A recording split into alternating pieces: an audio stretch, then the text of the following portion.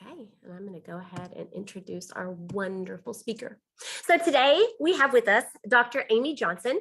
She is an associate professor of early childhood education at UAGC. She earned a doctorate of early child development education from Texas Women's University, a master of education and curriculum instruction from Chapman University, and a bachelor of arts in English and creative writing from San Diego University. Very cool. San Diego State University. I'm sorry, Amy, I'm butchering this. Dr. Johnson began her career teaching elementary school. She transitioned into higher education in 2010 and enjoys the diversity of UAGC campus and our students, of course. Dr. Johnson lives in Fort Worth, Texas area. She enjoys rocking babies, traveling, and hanging out with her husband and 2 daughters. Also, if you don't know, Amy is hilarious. And she is a wonderful asset to UAGC and our students. So Amy, the floor is yours. And thank you again so much for being here today. Thanks. All right, I'm going to turn off my video so you can enjoy the slides. When I was asked to do this presentation several months ago, I came up with this title and then this tagline. I was already certified and experienced as a teacher and was working on my PhD when I was asked to spend a summer in Cambodia teaching childcare workers how to care for children in developmentally appropriate ways. I was easily the most educated person in the room, but that didn't mean I was the most qualified. This is the story of how this first world educator worked with and learned from a third world caregiver. So when I was trying to put the presentation together, I was meaning to give you a nice and tidy presentation with a few main points. But then I started going through my journal for this time period and it didn't cut into nice and tidy pieces. So instead of giving you like a 3-point sermon today, I hope you'll listen to the narrative and recognize how many times I had to regroup, change tactics, or change my expectations. My American education and experience did not always transfer to my experiences in Cambodia, and that's okay. A teacher should be able to learn from others, regroup, and change tactics as needed. People always ask how this even came about, so I'll answer this question right away. This was 10 years ago. These are my girls, so now they are 18 and 15 now. But before I became a full-time teacher at UAGC, I was an adjunct at Ashford, which is formerly UAGC. And I emailed my support person from Cambodia, and I just told my Ashford guy, my responses might be a little delayed. I'm halfway around the world. And he was so excited I was in Cambodia. He had someone interview me for the Ashford newsletter. And so I never knew that 10 years later, I'd be sitting here talking to you, and I thought I'd read you part of the interview. He said, or the interview said, "Why did you decide to go to Cambodia and how long will you be there?" I said, "Through research, my husband and I became aware of the human trafficking problem in Cambodia, and we learned that there are more slaves in the world today than any other time in history. Cambodia has trouble with this issue because it's a poor country, it has porous borders, and women are not valued whatsoever. The country's recent history includes the Khmer Rouge, which is Cambodia's version of the Holocaust, and it completely flipped the country upside down. It ended only 40 years ago, and the country is still trying to rebuild. Human trafficking is worldwide, but in Cambodia, there's an especially large problem with sex trafficking of children. Being parents of 2 little girls, we were horrified at the information we were learning. My husband went first for a brief mission trip, and I went for 2 weeks the next year. We fell in love with the people there, and when we reported back to our own children, they wanted to come. So my husband and I are both teachers, and at the time we both had summers off, and we thought it'd be a great experience to come and serve as a family for 6 weeks. And then we spent a year fundraising to cover the airfare to get there. So these are my girls. There's Cambodia from the airplane. My girl's sitting on the luggage, and then the bottom picture is jet lag.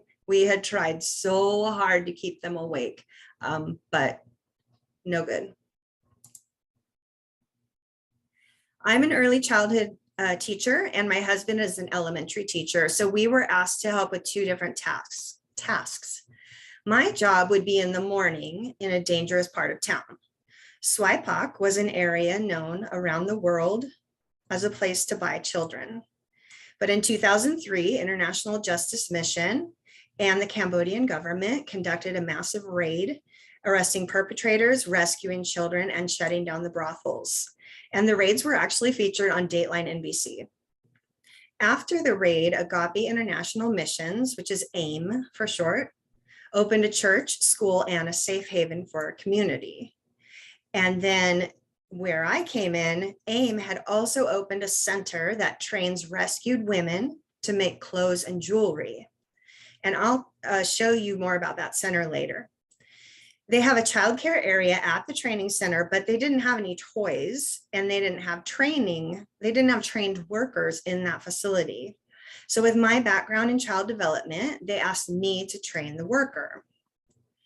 In the months before we left, I started thinking of which toys and activities I should bring. I couldn't ship the items because our host said that corruption is so rampant that all the items would have been stolen right from the post office. So I had to bring them halfway across the world. I asked for donations, but each toy had to be developmentally appropriate and durable, require no batteries because they couldn't keep up with any batteries or anything like that. And we also needed to be mindful that children of different ages would be in the same room. So all the toys had to be safe for all the children. And we ended up bringing 3 foot lockers filled with donated toys.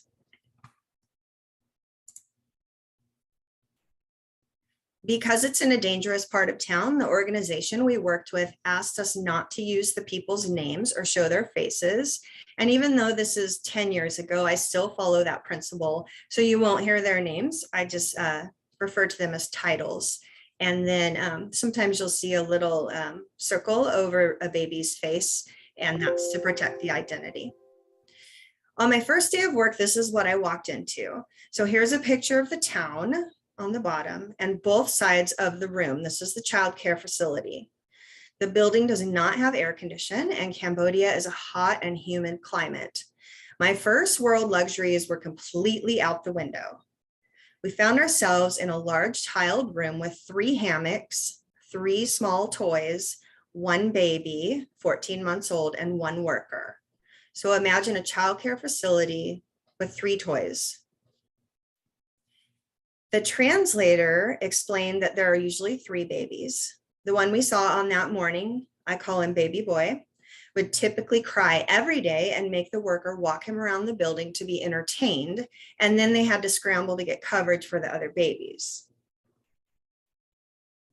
She also said that the baby doesn't like foreigners. So I told the translator that I would be showing the worker, who I call Auntie, which toys she should use with baby boy. And she should watch me to see how you engage a child. So that was my mindset. Okay, Auntie, watch me. I'm going to show you how to entertain this child so he doesn't cry all day. When I pulled out the first toy, Auntie took it from me and immediately began playing with baby boy. Except for a few very minor things I was able to show her, I was completely impressed with her skills. Baby boy cried a total of 2 minutes while we were there for 3 hours. He was bored the whole time. He was bored. It wasn't that Auntie didn't know how to interact with them. There was nothing for him to do. And I have to laugh at this picture of baby boy, the one in the lower right corner with my blonde child. They run around naked, so his little hiney was sticking out, and I had to, now that that daughter's a teenager, I had to say, how do I put those black circles on people's faces? And can you put this black circle so we don't have little baby boy exposed? So thank you to my daughter for editing all the pictures for me. So our girls played for a little while. And then Abby propped herself up. She's the brunette. She propped herself up against a wall and began to read. Baby boy promptly walked over to her and sat on her leg. He spent the next half hour snuggling and reading with her. At one point, Abby put a toy on her head and he began laughing. She had him laughing for several minutes. When he wet his pants, because they don't have diapers, he was rinsed off and he was returned to the room naked. He threw his hands in the air and chased Abby, screaming and laughing. Now remember, he wasn't supposed to like foreigners, but the two fell madly in love. The translator didn't come with us after that first day. So the remaining 6 weeks were spent with Auntie and I unable to communicate. Despite the lack of language, we thoroughly enjoyed each other's company the entire time we worked together. In the afternoon, Mike went to his job site, my husband. In the mornings, he came with us just because I needed to work here. And if the girls got restless, he would take care of the girls. So in the afternoon, he went to his job site and he was working at an aftercare facility. So the girls in there had been rescued from trafficking and were at a safe house. House moms and teachers watched over them. And so Mike was there to teach the teachers because they weren't trained. They were just lovely, well-meaning women. So the teachers were very excited and they sat around Mike and they said, "Teacher, teach us, do you need a whiteboard?"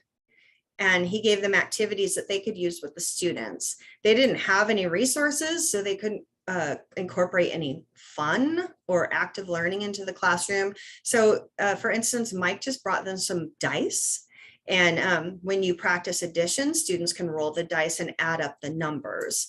And they were madly in love with the idea that you could use some sort of manipulative to teach. And he brought them a lot of manipulatives. Again, those were donated from other people.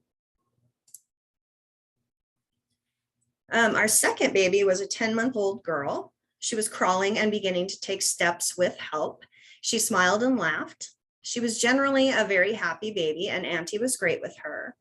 One thing I noticed about baby girl is that the back of her head is completely flat.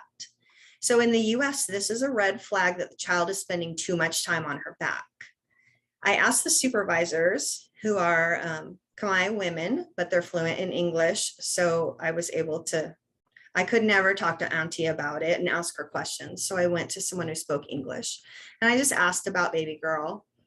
They said when a child comes to the childcare, the parents are asked to bathe the child and have the child wearing clean clothes and then bring several changes of clothes because they go through a lot of outfits. They don't have diapers, so they wet their outfits a lot. And the parent needs to bring food for the child. Well, baby girl's mom did not do this. She didn't bathe the child or clean her clothes. She didn't bring extra clothes or have any food for the child. In fact, the mom didn't feed the child at all that they saw. So when baby girl came to the childcare each morning, Auntie bathed her and she put powder on her and checked her body for any areas that needed medicine. Auntie was buying medicine with her own money without the supervisors knowing. Auntie cleaned the extra clothes for the child and she interacted with her for several hours a day, made a very intentional effort to interact with her. And for a while, Auntie was even buying her milk as well to feed her. She never complained or even mentioned the extra burden, even though Auntie is in extreme poverty herself. Once the supervisors found out, they were able to provide that for the child. It's believed that the mother did not feed, bathe, or interact with the child once they got home. So this is why baby girl has such a flat head. She's placed in a hammock and she's only held during childcare hours. So I said, "Doesn't she cry?" They said, "Yes, but the mother doesn't do anything." So in the States, I would be on the phone forcing CPS to intervene. But in Cambodia, there is no CPS. There's no resource like that at my disposal. So the supervisors were doing what they can. Auntie is a wonderful caregiver during the day and they do what they can do. So in this situation with no CPS or any sort of law to fall back on, the only thing that they could do was love that baby while they could. And they did it really well. For my part, I had to keep reminding myself that the mothers are traumatized women, and it's very likely that this mother suffered from PTSD and depression. And additionally, remember the Khmer Rouge, which is the Holocaust event, would have uprooted the entire family. And during the Khmer Rouge, they intentionally sent mothers one way, fathers one way, and children another way, because they knew if they broke up the family unit, they could more easily break up a country. So it's probable that her own mother and grandmother were separated, which means her mother didn't know how to mother. And now she has a child. So how is she supposed to know how to mother? So I kept reminding myself, there are reasons for this. It's not that she's intentionally being mean. There's a lot going on here. 2 weeks later, two additional girls started coming a week or so later. My girls enjoyed playing with them, even though they didn't speak the same language.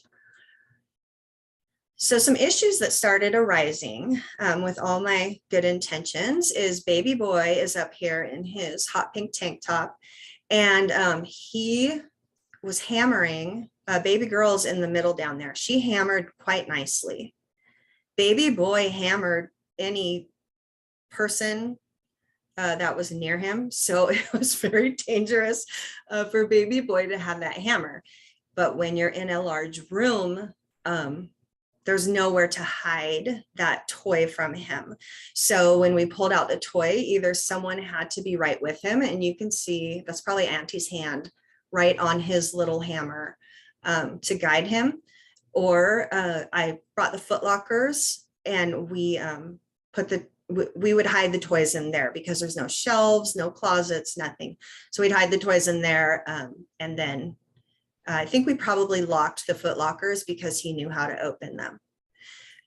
Another thing was, you see the girls up there coloring. There's no tables or anything. So when the girls were coloring, baby boy would just come over and grab a crayon and start coloring all over the floor. And it's tile, so it wasn't a huge deal, but still it was something that we had to clean up each day. And then if he got to the walls, that was tricky. So eventually I stopped trying to problem solve by myself, and I got a translator, and I asked Auntie, what would help you in this situation? And she asked for a little table so that the crayons can be up on the table away from baby boy. And then she also asked for a little kiddie pool, you know, like those $10 things we can get at Walmart, because it's so hot. And she thought it'd be fun to just have the kids chill in a little bit of water each day. And I never would have thought of that. I was really glad that I had asked, because I had come in with all this stuff without getting any input from her, because I didn't know her at the time. But I was so glad that I thought, you know what, she's the expert in this room. What does she need? So we were able to buy some things that Auntie needed or asked for.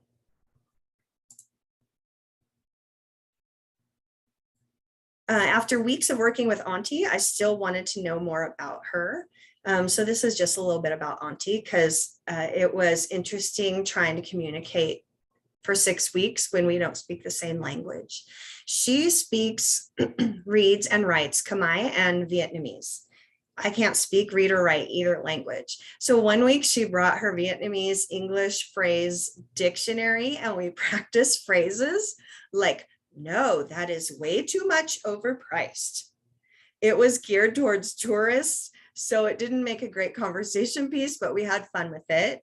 And then I brought a Khmer English phrasing book, but Auntie forgot her reading glasses, so she couldn't read the book. And I tried to use the book to ask her questions like, where were you born in Khmer? But my pronunciation was so miserable, she just kept smiling and nodding her head at me. So we did communicate by pantomiming.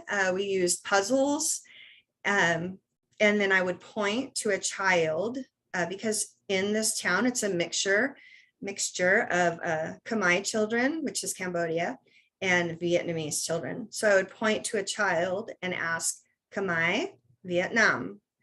and she would answer. So I found out one child is Khmer and one is Vietnamese. Auntie is both. And then using a puzzle with the numbers 1 through 10, I learned how to count in Khmer. She practiced until I remembered, and then she tried to teach me 1 through 10 in Vietnamese, but that just went right out the window. I then took the numbers 3 and 8, and I put them on my leg. I said, I am 38. You? She put 45 on her lap. And I took the 45 and I put it in my husband's lap. And we figured out they were the same age. And up until that point, I was calling her grandma in my journal. And once I figured out she was the same age as my husband, I changed her name to Auntie. That was a sobering thought. Then we later wrote our names on a children's writing toy. And I learned the ABCs in Khmer, which I forgot. And then I learned them in Vietnamese, which I kind of remembered because most of the letters are the same in French, and I had studied that in high school. But that was just some of the ways that we interacted.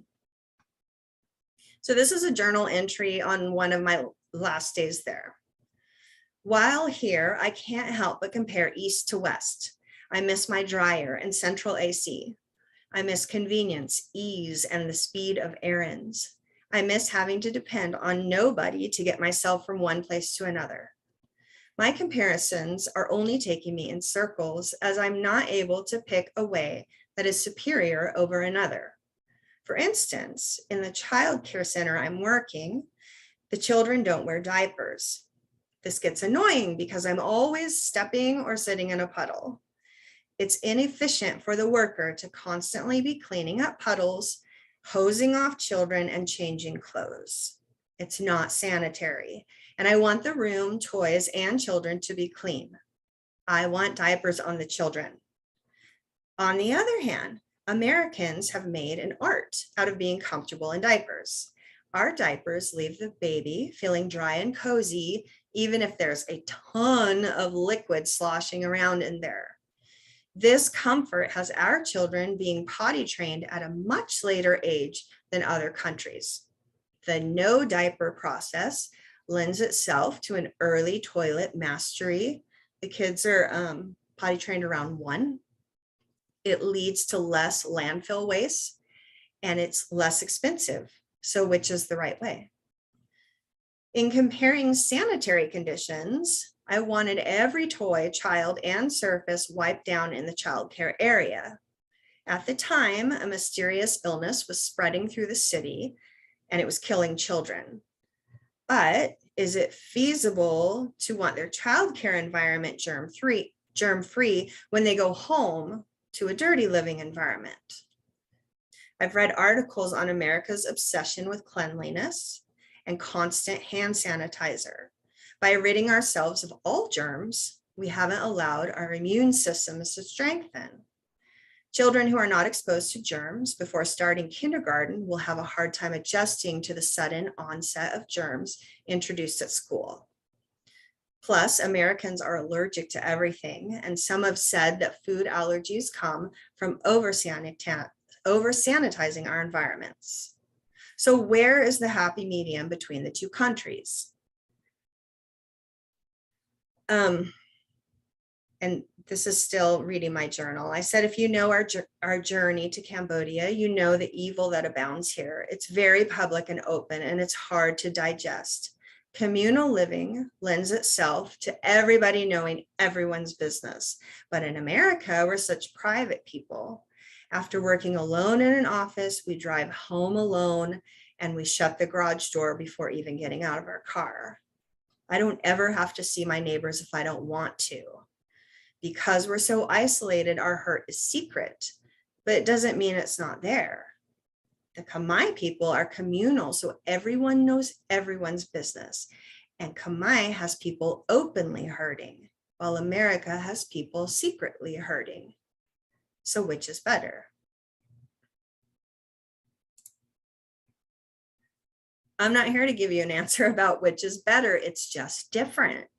My ways are not the best ways. That's the main point of this presentation. So I'm going to go back to that Ashford interview that I started with, because they asked, what is the most difficult part about being there? I said, for me, it's having my children here. People have asked how I can bring my children to a place like this. I would never have brought my girls if I believed they were in imminent danger, but the thought's always in the back of my mind. I keep an eye on them at all times and a hand on them at most times. People also ask what we tell our kids about the clientele of children we're working with. Our girls are much too young to know what's happening here, but we tell them that we're working with children who have parents that cannot or will not take care of them. We've also told them that many of the children have been hurt. So our girls are mostly concerned about the poverty here. For instance, when it rained, which is every day, they worried about the children who were living in a lean-to, like a little shack. And then what's your favorite part about being here? I love these people for all they've been through and are still going through. They smile at me all the time. The children laugh and play in a rambunctious way. And when looking at children in my American neighborhood, they're not even outside, first of all. I'd have to look in their homes to see them.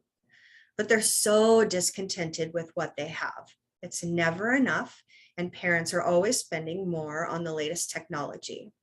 The children in Cambodia have next to nothing and seem more contented than most children I know here. I want my children to see that there are people who have nothing but the clothes on their back, and that we should be grateful for what we've been blessed with.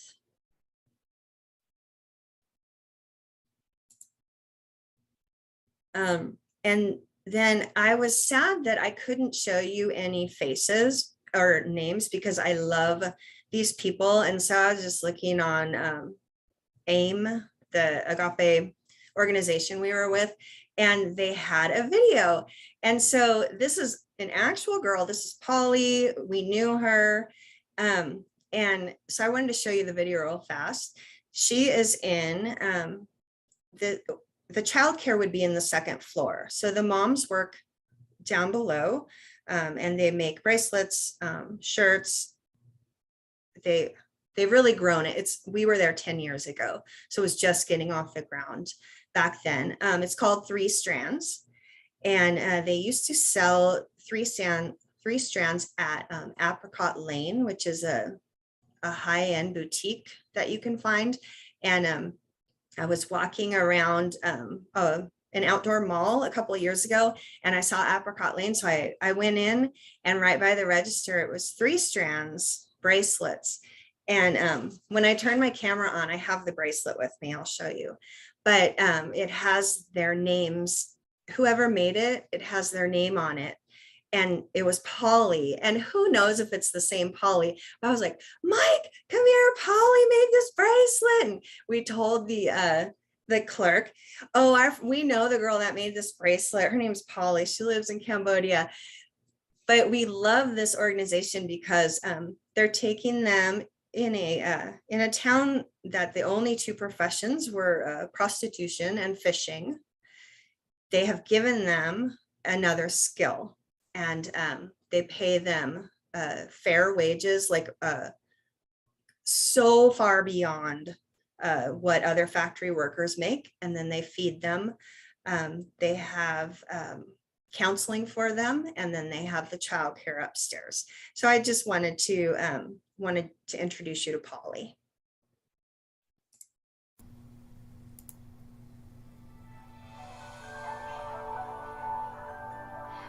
Ninhខ្ញុំឈ្មោះ Polly ហើយនាងខ្ញុំបានមកធ្វើការនៅ AEC ហើយនាងខ្ញុំបានធ្វើការនៅខាងផ្នែកខ្សែដៃខ្ញុំធ្វើការនៅក្នុងរោងចក្រនេះរយៈពេល2013 3ឆ្នាំជាងហើយខ្ញុំបានចូលទៅការទីនេះគឺខ្ញុំមានអារម្មណ៍ថាខ្ញុំជាមនុស្សដែរអត់សង្ឃឹម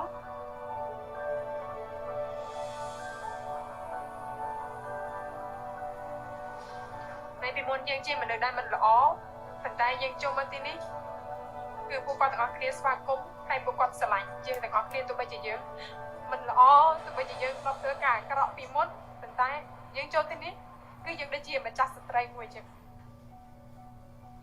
ហើយវាបាននៅក្នុងអង្គការនេះបានជួយយើងច្រើនដោយសារតែនៅពេលដែលយើងគ្រួសាររបស់យើងមានជំងឺឬមកក៏យើងមានបញ្ហាអីគឺគាត់តែងតែជួយពួកយើងជានិច្ច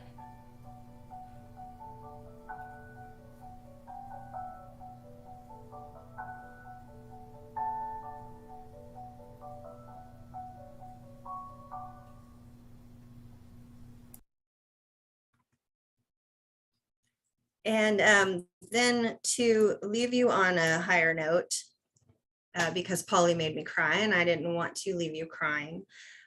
These are some of the most laughed at things when we talk about Cambodia that street side they'd have. We have Abby here and she's eating a cricket. These are next to her, those are crickets frying up in the pan. The bottom, we have some fried frogs, and then we have snake on a stick. So we only ate these to be adventurous. And our driver, we love him, and he loves silkworms. We weren't fond of the silkworms, but he said those were his favorite. He just couldn't afford to buy them because they were expensive. So we bought him a bag of silkworms, which was $2, by the way. And the rest of the day he drove us around and he was munching on his silkworms like popcorn. He was so excited for his silkworms. So I wasn't brave enough to try the snake, but I did do the crickets and the frogs, and I ate some ants. I was not fond of the ants. They tasted like pine sol or something. And then the best one is the spider day. And they don't consider spiders a bug. They consider it a small animal. So it wasn't street side. It was at this was kind of a fancier restaurant. So they brought the spider out and they let us play with it. And then they took it and fried it up, and we ate it. Abby in the middle, she refused to eat it. But I love this picture of Abby because her ponytail, you can see how long it is coming past her elbow. That is a fake ponytail that she bought at the Russian market for like $2. And she wore that thing all summer. She was just the coolest thing ever. And Hannah, the blonde, is adventurous, and she chomped down on that thing. I ate about half a leg, and that's how brave I was. But Hannah was a trooper. So we always, when someone asks a fun fact, my kids are always like, oh yeah, I ate a tarantula. And they're like, you're a liar. And Hannah brings out the pictures. No, I did. So I wanted to leave you on that high note.